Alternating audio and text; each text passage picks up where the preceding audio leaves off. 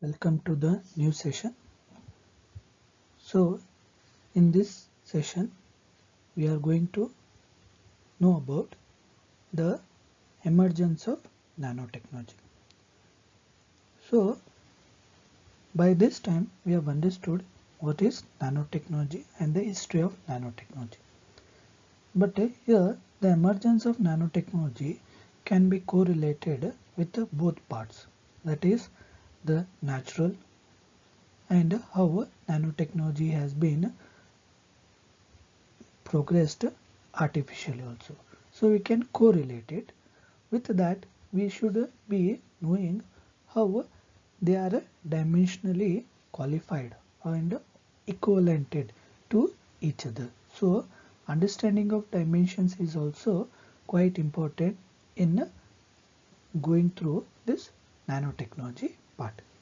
So here is one typical examples with showing the sizes and their comparison.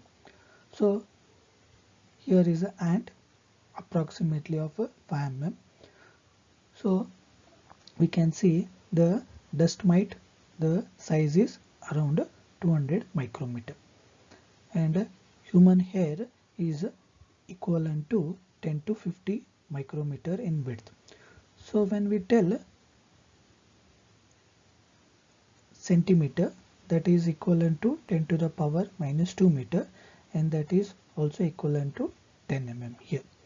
And 1 mm when we define, it is 10 to the power minus 3 meter, and it is equivalent to 1000 microns, that is mu meter. Okay, so like this the size of a blood cell equivalent to 2 to 3 micrometer width, and the DNA is around 2 to 12 nanometer in diameter. So here we see 10 to the power minus 4 meter is equivalent to 0.1 mm, and it is equivalent to 100 micrometer. So when we are talking about this particular level of a scale, then we are talking about the size of a human hair. And if we are talking about 10 micrometer, that is the size of a blood cells, it is equivalent to 0.01 mm or 10 to the power minus 5 meter. And when we talk about 1 micrometer, it is equal to 1000 nanometer, or it is equal to 10 to the power minus 6 meters. And one here we are having a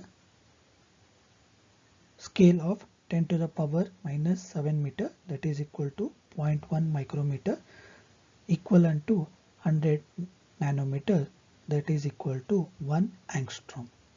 So here are some of the typical examples of a man-made nanoscale devices or components.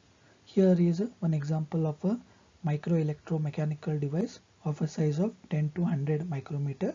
So you can see there are some gears also. You can see around these gears you can see small red blood cells. So this is scale of 50 mm. So this is 50 mm small. Okay, then we are having here one example of a quantum coral of 48 iron atoms on a copper surface positioned. These are the iron atoms. So they are positioned on a copper surface with the help of a scanning tunnel microscope tip, and it is the tip is of a diameter of 14 nanometer, that is the 14 nanometer coral diameter. So you can see this one is equivalent to this particular part. Here we are talking Okay, and all these atoms are having carbon nanotubes. So these atomic this one structure is like this. So these are at a scale of 2 nanometer in a dia. So this is to this scale. So this one is exploded will to this scale. So here you can see the shadow of these particulars to what level they have been compared. So where we are standing. This is how we can see how the emergence of a nanotechnology, visualization and applications happening. We'll understand furthermore as we progress.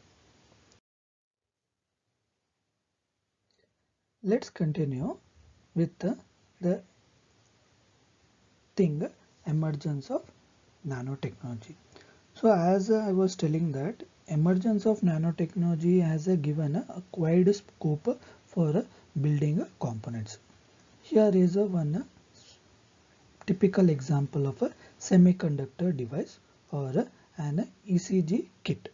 Okay, so for designing or making this ECG kit, which is a smaller or micro level components, there are need for having better designs, and mainly we have to bring them into a certain level that they could provide good applications. So that is why. So nanotechnology has given a wide scope for design engineers to design better components and synthesize and manipulation of particles in order to create new opportunities. As I was telling, new opportunities for maybe for a medical application, but opportunity for instrumentation engineers to imbibe or to include all the components in a one smaller area. For example, a ECG amplifier chip, which is also having a embedded microcontroller device. So with a radio chip for giving the signal and electrode connector. So all these components can be manufactured, assembled with the nanotechnologies or micro manufacturing technologies with the proper designing and finding out ways how this can be done. So mainly the importance of nanotechnology is utilizing of smaller areas and more regular structures for various applications. So how best we can utilize the area and what type of application it is going to have. So in the recent year, nano-sized metal oxide particles, that metal oxide particles in the sense if I want to tell is on a silicon dioxide or silicon chip particles, they have got more attention. Means if we can provide some components which are very unique and which are having typical characteristics at these nano levels, like they are having good optical properties and they behave like a electrical, or they are having good conductive properties like electrical properties, and can be used for magnetic field generations, or they are going to have magnetic properties, and better used as a catalytic, where they are going to get involved in some part of reaction for activating the reaction or deactivating, like in case of filters, where catalytic filters we can use for disseminating the emissions or minimizing the emission, and they perform a better biomedical properties, in the sense they are going to be using these nano chip or these nano devices into the directly into the blood cells, and they are moreover compatible with the human body.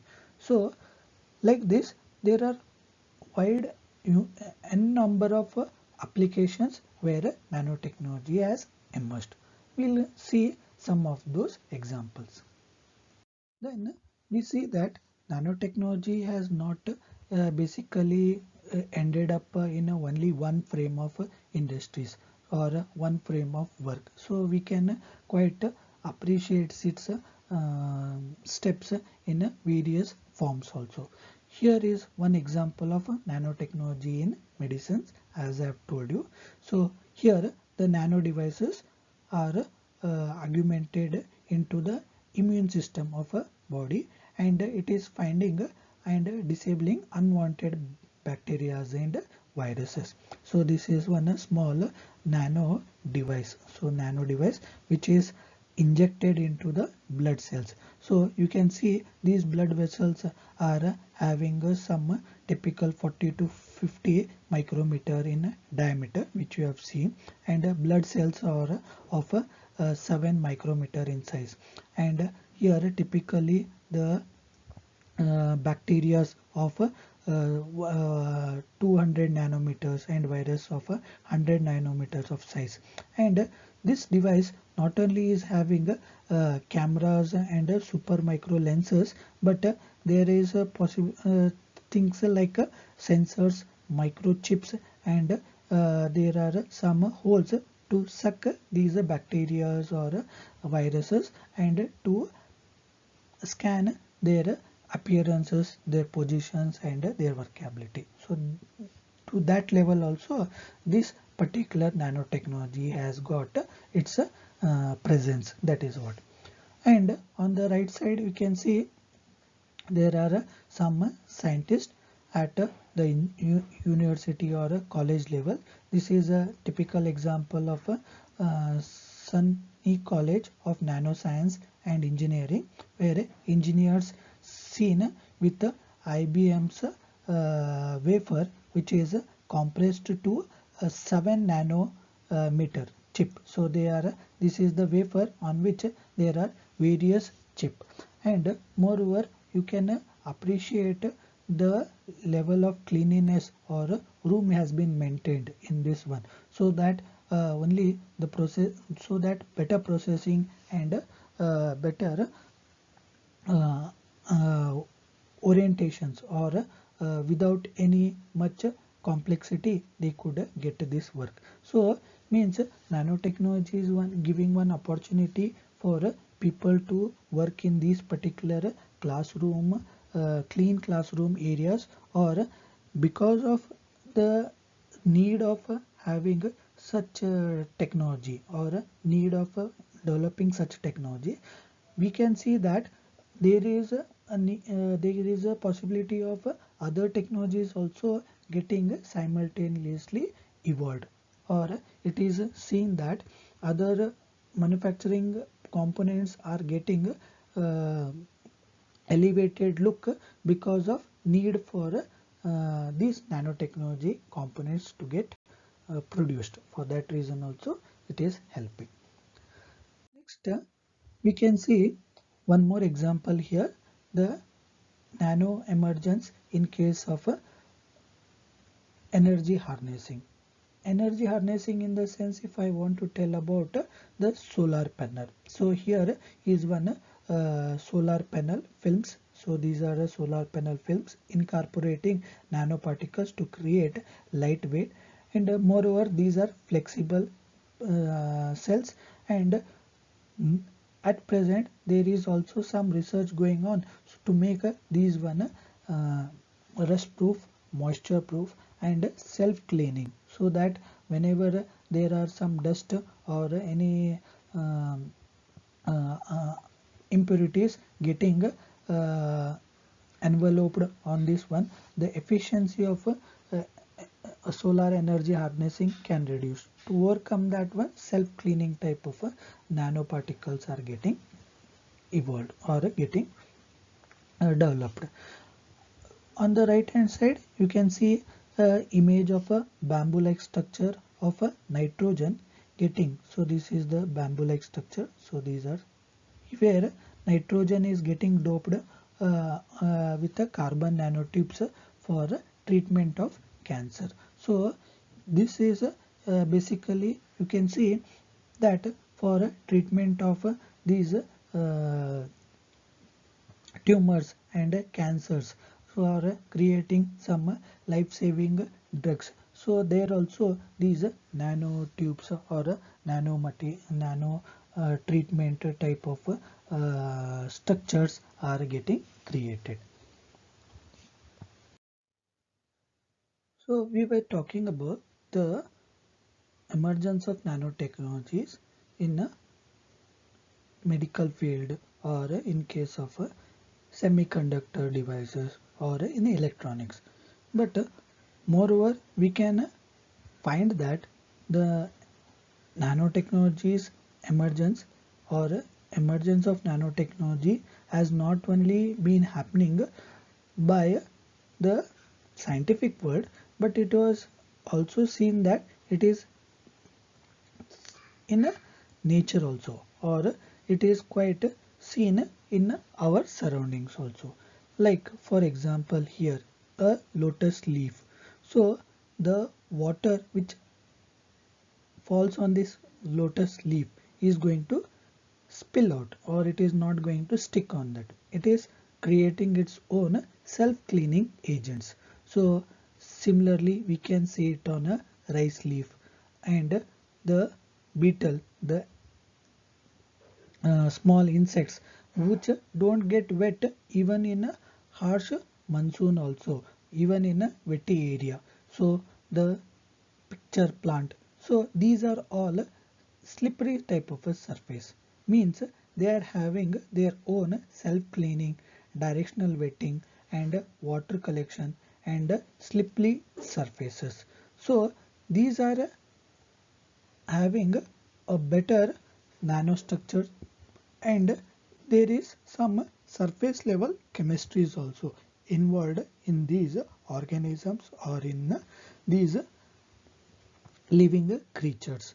And moreover, those have been analyzed, and those properties or those behavioral structures are being enhanced, and those have been taken into building new applications, like for example in a biomedical applications for biomolecular sensing. So here the bio sensors for presence of bacteria or viruses for that one, and functional cell structures for this, and biomedical devices for testing and giving the results.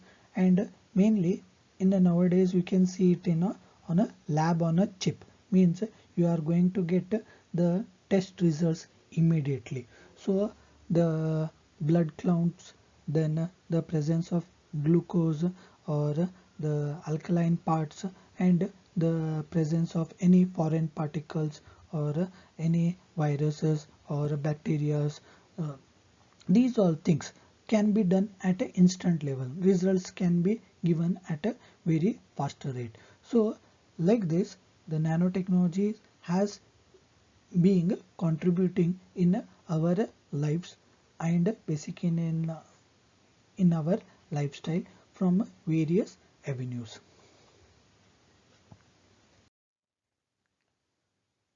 Now let's know how does a nanotechnology work. Before knowing the working or the synthesis process of nanotechnology, let's know at what level nanotechnology is trying to gain, or what is the need of understanding of nanotechnology. As we know, atoms are the building blocks of all matters in our universe. Atoms and molecules stick together because they have a complementary shapes that lock together, or because of charges which going to attract. There is attraction between this negative charge atom with the positive charge atoms, like in case of our magnets. And basically every atom will exhibit some different properties at various conditions or levels. The main goal of nanotechnology is to manipulate the atoms individually and place them in a pattern to produce a desired structure. To give you an idea of atomic structure and how they look. Let's take an example of a image taken of a ice, that is water. We call as H2O, the compound of oxygen and hydrogen. At atomic scale, the computer image of a nano ice double helix. So you can see a nano ice image. Here we are having the oxygen atom which are bluish in color. Basically these oxygen atoms are into the inner helix, okay, and they have been positioned in a helix form. So pattern is helix, and we can see there are another group of oxygen atoms which are on the outer helix, which are in a purple, and here there are hydrogen atoms also which are in white. So there is a connection between these two atoms, or the hydrogen and the oxygen atoms. So like this we can see that nanotechnology gets evolved, or the evolution of nanotechnology has taken place from the atomic level only. Because of changing of pattern or orientations of these atoms, we get the desired or different properties. So to change these properties or to manipulate these one, so we have different approaches. Let's look into the different approaches of nanotechnology. The quite fundamentally or literature available type of approaches which we see in these nanotechnologies are two. One is the top-down approach. Second one is the bottom-up approach. So basically in a top-down approach, we see a bulk material getting chopped or converted into small particles or pieces and shrinked down or brought down to a nanoparticles using various methods. It may be a mechanical method, or it may be some chemical method, or it may be some sputtering or laser effects also. So using some mechanisms like mechanical milling, etching, laser ablation, sputtering or electro explosion, we get these nanoparticles. This is like from building a pyramid in a tilted form or inverted form. So at the top we have a very higher bulk material, and we shrink it down to a nanoparticles at a atomic, a smaller level, nanoparticle level. Another approach is building it from the base, building it from the bottom, that is at atomic level, molecular level, and then growing it block by block and bringing it into a nanoparticles. This is called as a bottom up approach. Mainly these are basically done in a building nanoparticles from a ground level, scale down level, that is what we have. So this is called as a bottom up approach. In this bottom up approach, we can see it is as a pyramid. So this is the shape of a pyramid. The mechanisms or methods applied here is like supercritical fluid synthesis, spinning, sol gel process, laser pyrolysis, CVD, then molecular condensation, chemical reduction and green synthesis. So using these two approaches, we are able to generate the nanoparticles. This one.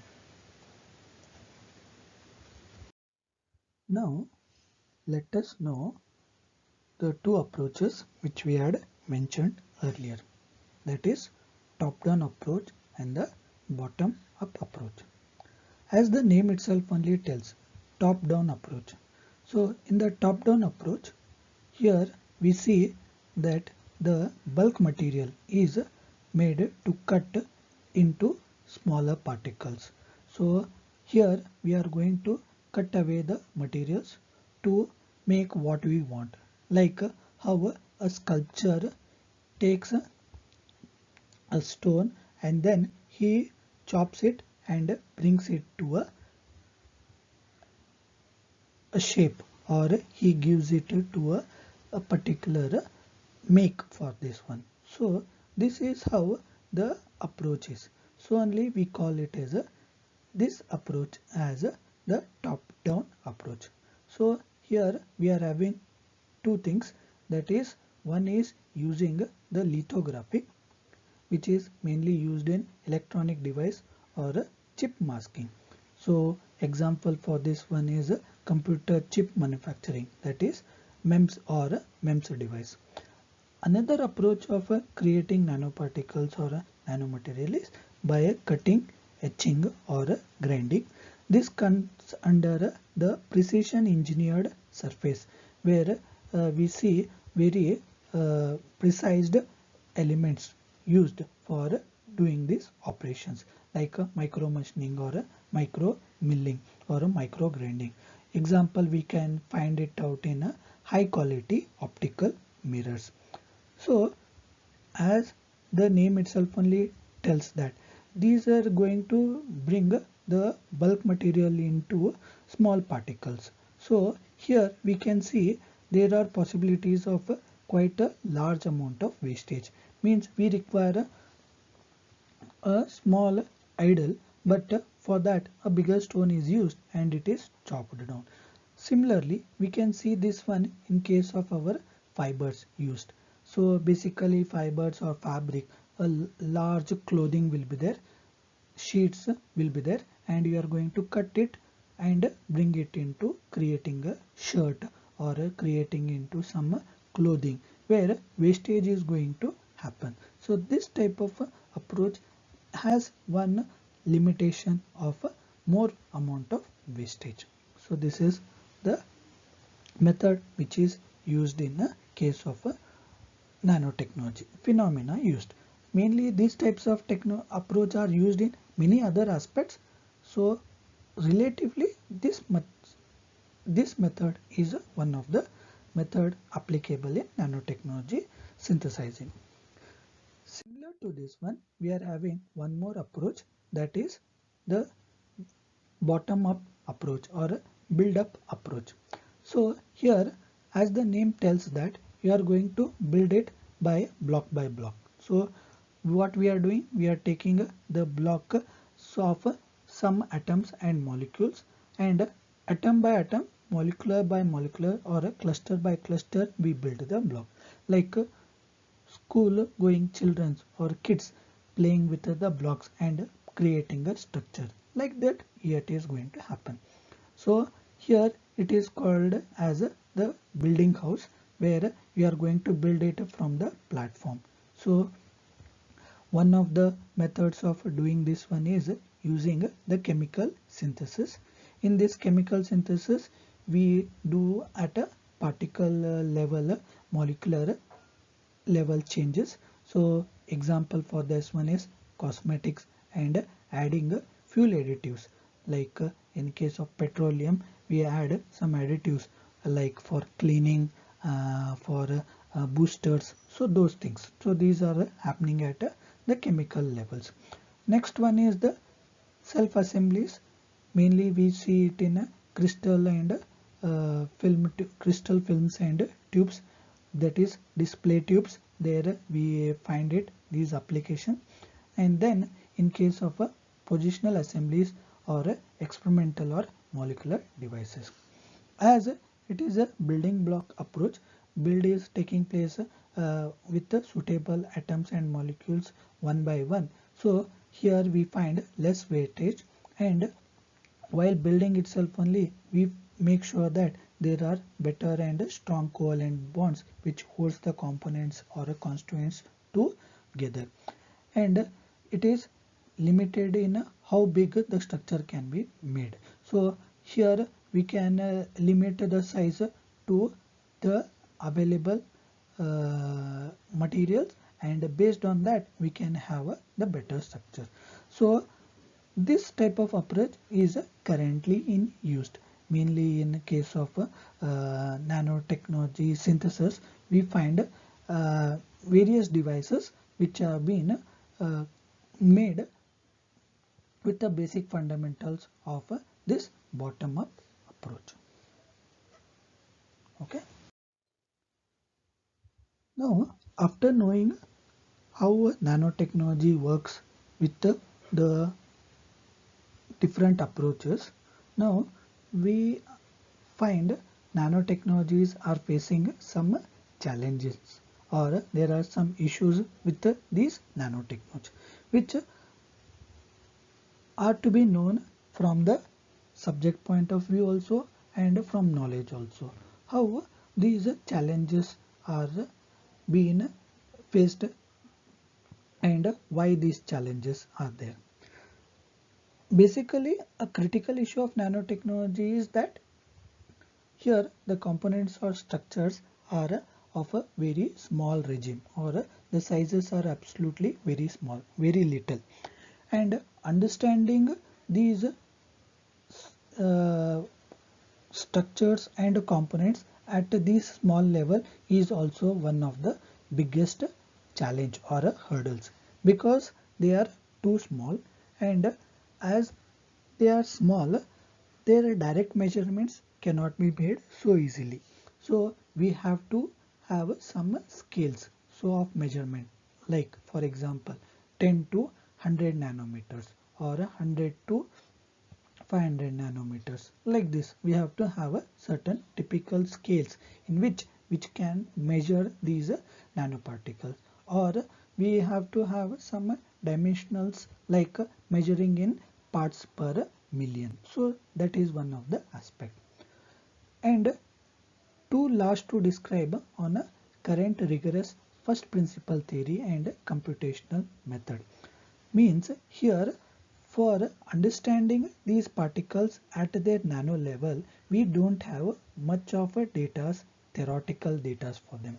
So, and their existence or behavior changes at these nano levels is quite drastically different when they are at a micro levels.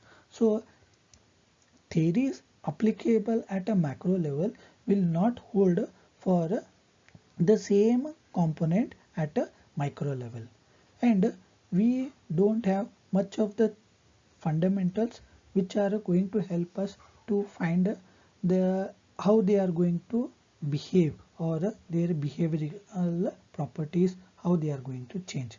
So mainly simulation and computational methods are not only not able to help in understanding there, because we don't have ample amount of theories or equations for making analysis very quite efficiently, and they exhibit too many fluctuations. So to be treated monolithically at a time means their shape and sizes are going to change, and their change cannot be treated at one particular time. Means orientations may change, or their physicality may change. So what we have captured, or image what you have captured at a nano level, nano scale at one time may not be the same at another time. That is one of the biggest challenge with the nanoparticles, and too few to describe by a statistical ensemble. So we can't take them the sampling sizes or sample rate for statistical analysis. So there we find that their quantity is very much smaller when compared to macro and micro level. They are fragile, unstable in their nature. So nanoparticles exhibit a very unstable characteristic, and because of these instability, we can see that they are fusing together with other nanoparticles on the surfaces, on the other surface which are coming in contact with these nanoparticles may have different reactions, or it may find different physical property change. So they may lose some of the shape and properties also. Inherent properties and the shapes are going to lose because of the fusing with other nanoparticles. So like this we find various challenges, and most immediate challenge in nanotechnology that is to be understood or to be learnt is we don't have more rigorous data or literatures on these nanoparticle properties or at a nanoscale. Researchers are going out, means study of how atoms fit together to form large structures is happening, but we are still learning how quantum mechanics impacts these substances at a nanoscale. That is one of the area research is still going on or still existing. And we can further see that because of the elements at nanoscale behave differently when they are compared with their bulk form, there are some nanoparticles which causes toxic compounds, or they could convert themselves into toxics also at a nanoscale. So doctors are worrying about nanoparticles may cause some types of barrier to the brain, or blood brain barrier, and they are going to protect or they are going these barriers are going to create a membrane or harm the membranes which are going to protect the brain from these chemicals, or these brain barriers may harm the bloodstream. So understanding of these nanoparticles behavior is also going to be one of the important plans. So planning and using of nanoparticles at each and every part, or on each and every area is also to be known. Especially like we see nanoparticles are nowadays used in even on clothing also, and nanoparticles are being used in cement, concrete, and in construction works also, so that the constructions are exhibited to harsh natures, like harsh environments, like higher moisture, or there are roads which are to be constructed at elevated heights and very negative degree temperature. So we see that they are going to be there we find some of the challenge, and we should make sure that these are non-poisonous also. Even though there is a rapid development, and there are quite escalating publication in the nanotechnology field, but there remains a number of challenges in product development and making them commercially viable. The key issues with related to nanotechnologies, how it is going to affect the health, and how it is going to protect and be environmentally friendly or safe in environment. So some nanoparticles which have been evolved has to be going through some regulatory status also. Means for making these nanoparticles available in market, it has to go through a stringent regulatory status also. That is also needed. So like this, there are many challenges, but with those challenges, these challenges itself only are going to give some benchmarks for the innovators to innovate and overcome these challenges and find very good applications of these nanoparticles. So we'll see how nanoparticles are going to be helpful, or and their applications are quite commendably appreciable in different areas. Let's see some of the benefits and application of nanotechnology.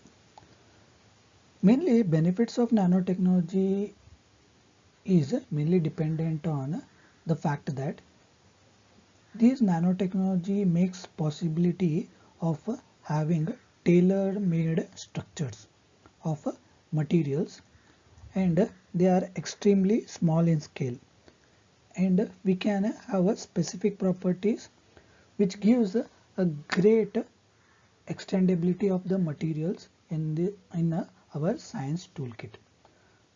Hence, nanotechnology is helping in various ways of improving or even revolutionizing many technologies and industries.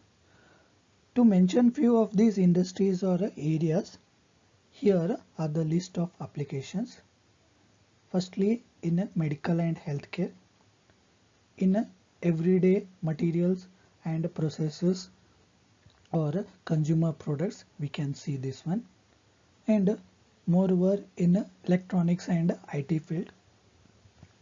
Nowadays we are finding its application in energy for storage of energy, and quite eventually we have seen that there is nanotechnologies getting involved in environmental remediations and future transport benefits. So to have a look of these applications, here are some avenues or areas where we can see the nanotechnology getting its involvement or presence. So here we see in air filtrations, that is in a consumer or a dairy, these are the mask which are prepared, the filters which are used in air condition or HVAC, and in water treatment and purifiers, in filters or sewage treatments, then oil and gas petroleum explorations, where from the oil fields and additives which are added into this oil and gas fuels, mainly in energy harnessing, that is in preparation of photovoltaic cells or solar cells, and making of these batteries, lithium ion batteries or storage cells or fuel cells, and in cosmetics for face and for cosmetic work, then in pharmaceutical and healthcare for pills and lab on chip and drug delivery systems, and for sensors for monitoring, then in space technologies and robotics for communications, and then in fast moving consumer products where they have to be durable for a longer period of time, and how we are going to protect these food items from not getting spoiled or packages, and food and food processing for keeping the nutrients inside into the food, and nourishments and supplements preparations for that, and coming in defense industries for making the jackets, bulletproof jackets, or making the variables which can protect them and which are light in weight. So nanotechnology we can see in a day-to-day life through small makings, small through one key aspect is making small and making a big difference. That is what nanotechnology is altogether. So here we can find that the applications are several, numerous, but making sure of all these applications are for the benefits of human mankind or human beings. That is also one of the aspect which has to be known. Okay. Thank you. You can contact me at my email ID, that is naveen.kalal@kbr.in. canaraengineering.in.